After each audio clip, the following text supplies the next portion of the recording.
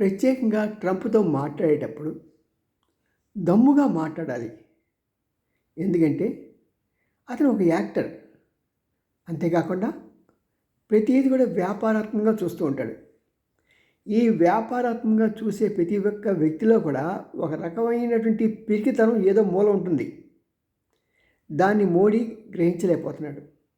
దమ్ముగా దాన్ని గ్రహించిన చైనా కానీ, కెనడా కానీ, మెక్సికో కానీ వాళ్ళు వెంటనే గ్రహించి, నువ్వు మా మీద 25% లేవి వేస్తావా? వెరీ గుడ్, నేను నీ ప్రొడక్ట్స్ అన్నిటి మీద 50% వేస్తున్నా, కాచుకో. కెనడా ఎంతండి? చిన్న కంట్రీ, పాపులేషన్ 3 కోట్లు, 2.5 కోట్లు. మరి మెక్సికో కంప్లీట్ ఆధారపడి ఉంది అమెరికా మీద. ఇది పెద్ద పెద్ద చైనాలు కాదు. మరి మోడీ ఎందుకు అమెరికా నుంచి భయపడుతున్నాడో అర్థం కావట్లా. సరైన డీల్ కుదరాలి.